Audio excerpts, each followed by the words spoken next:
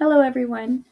My name is Carrie Kimsey, and I'm going to be doing my presentation on oppositional defiant disorder, otherwise known as ODD. ODD falls under the category of disruptive impulse control and conduct disorders. ODD is a type of childhood disruptive behavior disorder that primarily involves problems with self-control of emotions and behaviors. The diagnostic criteria for ODD is defined as a pattern of angry, irritable mood, argumentative, defiant behavior, or vindictiveness, lasting at least 6 months, accompanied by at least 4 symptoms, which I'll go over in just a minute, and exhibited during interactions with at least one individual who is not a sibling. So here are the symptoms kind of broken down. So symptoms of angry or irritable mood is often losing temper, is often touchy or easily annoyed, is often angry and resentful. And then under the argumentative defiant behavior category, the symptoms for that are often argues with authority figures, or for children and adolescents, that would be with adults. Often actively defies or refuses to comply with requests from authority figures or with rules. Often deliberately annoys others, and often blames others for his or her mistakes or misbehavior. Under vindictiveness, the symptom for that is has been spiteful or vindictive at least twice within the last 6 months. I wanted to just note a couple things in regards to the symptoms of this disorder.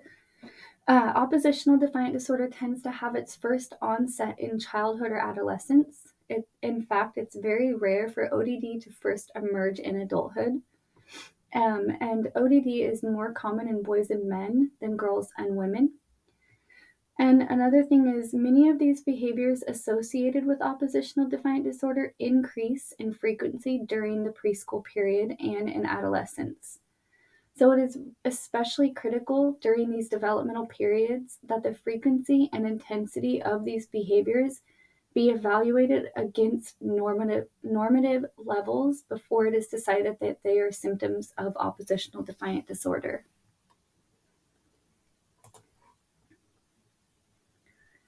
The cross-national prevalence of oppositional defiant disorder ranges from 1% to 11%, with an average prevalence estimate of around 3.3%. The disorder appears to be somewhat more prevalent in boys than girls prior to adolescence.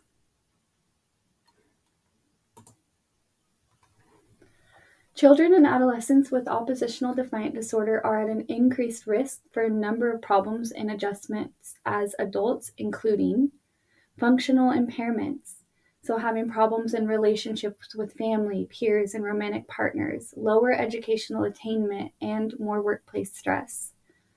Another risk factor is the persistence of oppositional defiant disorder symptoms, so just having those continued symptoms throughout your childhood and adolescence, and even if you become an adult and you're still having these types of symptoms. Another risk factor is just other psychopathologies like antisocial behavior, impulse control problems, substance misuse, anxiety, and depression. And then another risk factor is frequent conflicts. So when oppositional defiant disorder is persistent throughout development, individuals with the disorder experience frequent conflicts with parents, teachers, supervisors, peers, romantic partners.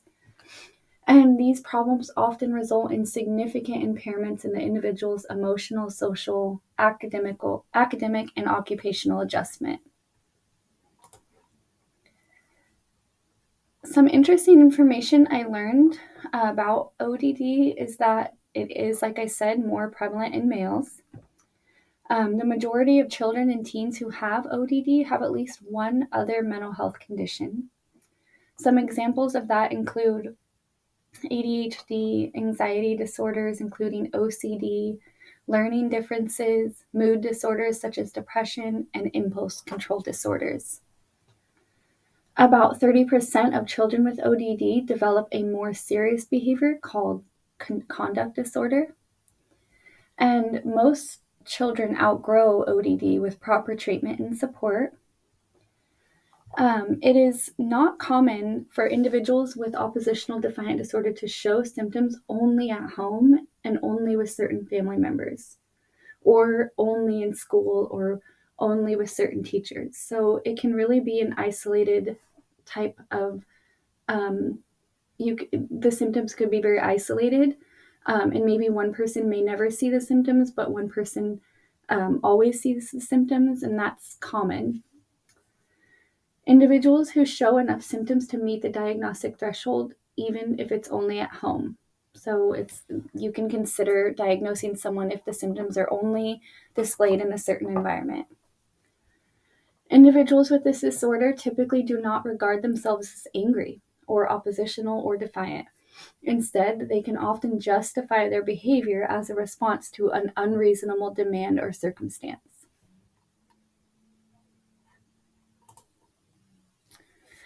So moving on to treatment and management. Treatment of oppositional defiant disorder should always involve the patient, family, school, and community.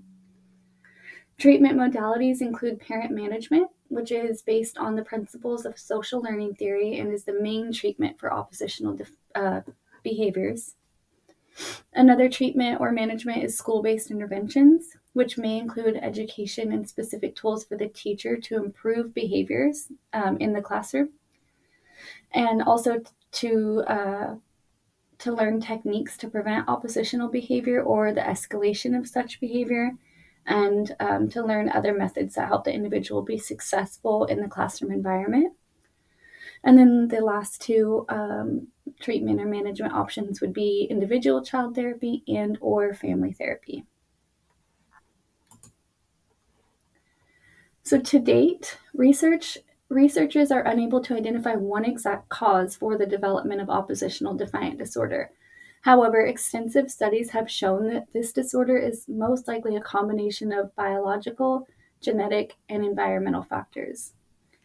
So in terms of a genetic factor, it has been shown that ODD is likely a hereditary condition, and that if an individual has a close relative with this mental illness, they have a predisposition to the development of ODD.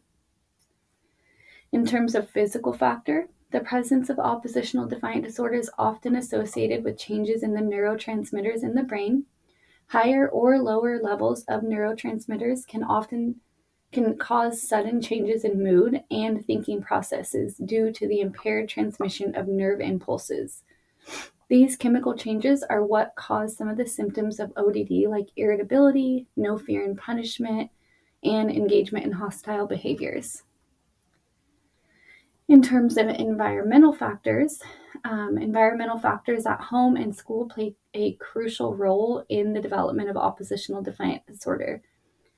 Certain situations, such as domestic violence, sexual abuse, or poor quality of life, can cause ODD in children who have unstable levels of neurotransmitters or a genetic predisposition to the disorder.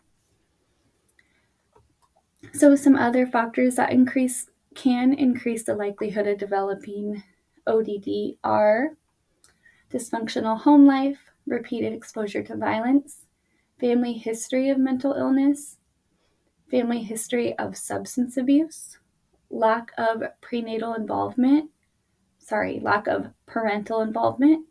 inconsistent parenting or inconsistent discipline, and experiencing abuse or neglect.